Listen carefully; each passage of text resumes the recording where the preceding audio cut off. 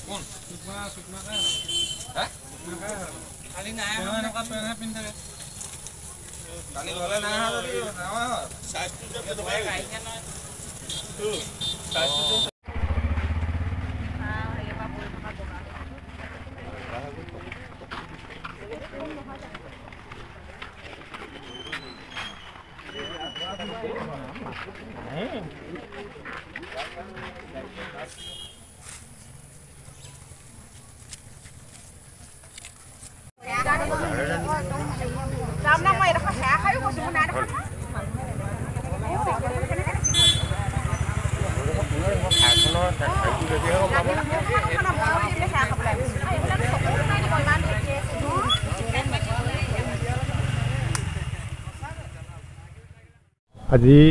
পুৱাৰ ভাগতে আমি বৰ দুখজনক এটা ঘটনা আমি প্ৰত্যক্ষ কৰিলোঁ যে কালিৰ পৰা আমাৰ এজন ব্যক্তি নিৰুদ্দেশ হৈ আছিলে লগতে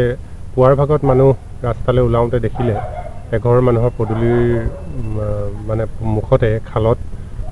এটা মৃতদেহ পানীত পৰি আছে ওপৰত চাইকেলখন পৰি আছে আমি প্ৰথমতে তেখেতক চিনাক্ত কৰিব পৰা নাছিলোঁ কিন্তু পিছত পুলিচ প্ৰশাসন আহি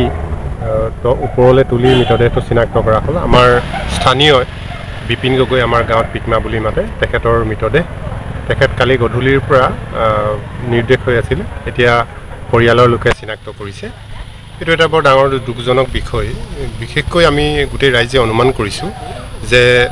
ৰাস্তাটোৰ যিটো অৱস্থা খৰিগটীয়া আলিটোৰ দুইটা ছাইড পুনৰ নিৰ্মাণৰ কাৰণে যিটো ডাঙৰ ডাঙৰ গাঁত খান্দিলে এই গাঁতবোৰ এতিয়াও সম্পূৰ্ণ কৰা নাই আৰু কোনো মানে ইয়াৰ সিকিউৰিটি নোহোৱাকৈ যিবিলাক PWDৰ নীতি নিয়মেৰে এটা খাল খান্দিলে যিবিলাক বেৰিকেড দিব লাগে সেইবিলাক নথকাকৈ তেনেকৈ এৰিছে আৰু আমি অনুমান কৰিছোঁ কালি সন্ধিয়া সময়তে তেখেতে ওলাই আহিছে বুলি আমি পৰিয়ালৰ পৰা গম পাইছিলোঁ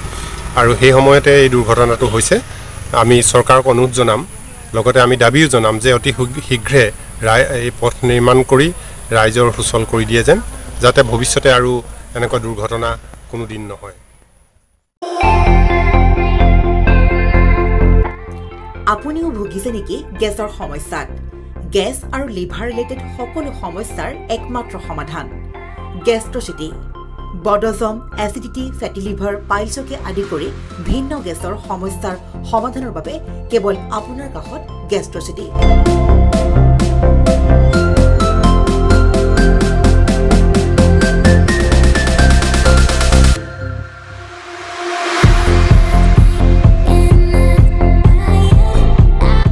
ভিজিট কৰক গেষ্ট্ৰচিটি গুৱাহাটী হাতীগাঁও চাৰিআলি যোগাযোগ নম্বৰ 7577999909